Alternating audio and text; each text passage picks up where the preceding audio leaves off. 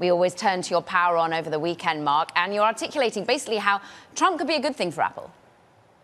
You know, it's so interesting because on the surface, many of the values and social issues that Trump has pushed through his campaign would seem to run absolutely counter to statements and values that Apple has pushed over the last several years, things from women's rights to immigration to climate change. Apple's pushing one narrative and Trump is pushing another. But if I told you that Tim Cook and maybe some other Apple executives breathed a sigh of relief when Trump beat Harris earlier this month, you probably wouldn't believe it, but I believe that to be the case.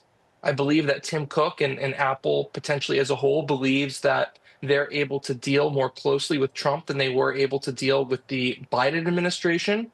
I believe Tim Cook believes that despite Trump pushing tariffs, he's floated a 60% tariff on Chinese goods. He's floated a 20+% tariff on goods imported into the U.S., even from outside China. That could be destructive to Apple. But Cook likely believes he can get some tariff waivers. He believes he has a plan in place from promoting job creation in America to a new campus they're building in North Carolina, Right. to a new plant in Arizona that's going to be pushing out chips for Apple across 2025 and beyond.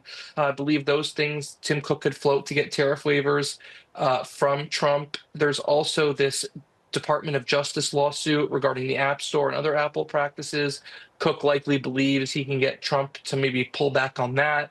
Obviously, there's the corporate tax policy differences. So it seems to me that Cook has a plan to make the most of this new Trump administration, as much as it runs counter to Apple values and as much as it'll probably anger perhaps the vast majority of Apple employee rank and file.